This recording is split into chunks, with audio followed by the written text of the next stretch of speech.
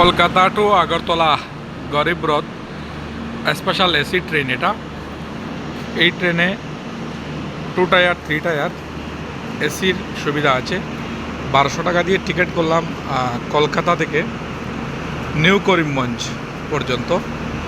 দাম পড়েছে 1200 টাকা কনফার্ম টিকিট।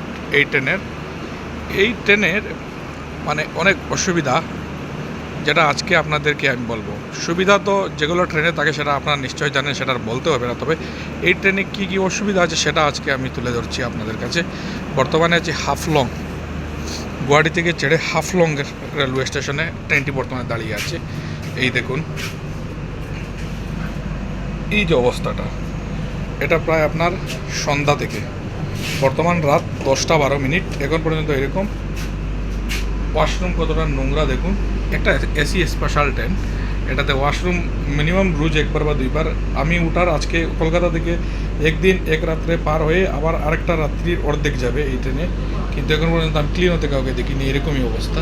আর স্পেশালি হচ্ছে বিশেষ করে এগুলা মানে অটো সেন্সার সিস্টেমে ছিল। এগুলা ফুটা হয়ে জল পড়ে, এগুলা নিয়মে কাজ করার কথা। এই হ্যান্ড ওয়াশটা কাজ করে না, এটা কোনোভাবে মানে আরও 2-3টাতে আমি দেখেছি, মানে এরা কোনো দিকেই কাজ করে না। এবং এইগুলো কাজ করে না, এগুলো মোটামুটি কাজ করে। এগুলো এখানে ক্লিক করলে এরকম ফ্লাশ হয়ে যায়, এটা খুব ভালো সিস্টেম। তবে হ্যান্ড ওয়াশ ফ্লাশ করলে কাজ করে না। এইটাতে দেখিয়ে দিচ্ছি, দেখুন এখানে জল আর জল মানে টপো করছে, অপরিষ্কার। এটাতেই দেখুন মানে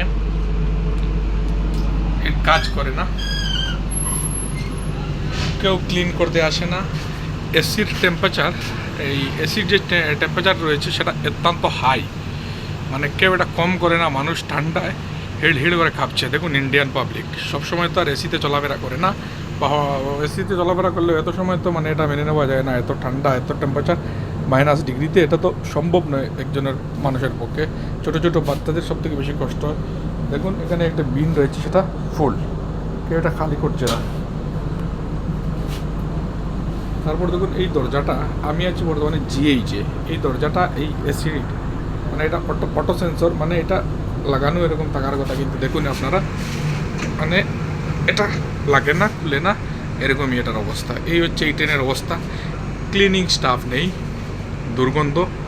তারপর দেখুন বাথরুমের সামনে জল আর জল, মানে এই একটা অবস্থা। মানে একটা এসি ট্রেনের, বা এখানে অন্ততপক্ষে মাঝে মধ্যে 6 ঘন্টা পর 1 ঘন্টার জন্য এখানে এসিটা অফ করা বা টেম্পারেচারটা কম করে দেওয়ার, এসিটা একটু স্লো করে দেওয়া উচিত ছিল, যাতে মানে একটু নর্মাল হাওয়া মানুষ পায় বা মানুষ মোটামুটি একটা আরামে থাকতে পারে। কিন্তু এরকমই কোনো ব্যবস্থা নাই, অনেক কষ্ট মানে সহ্য করে যেতে হচ্ছে।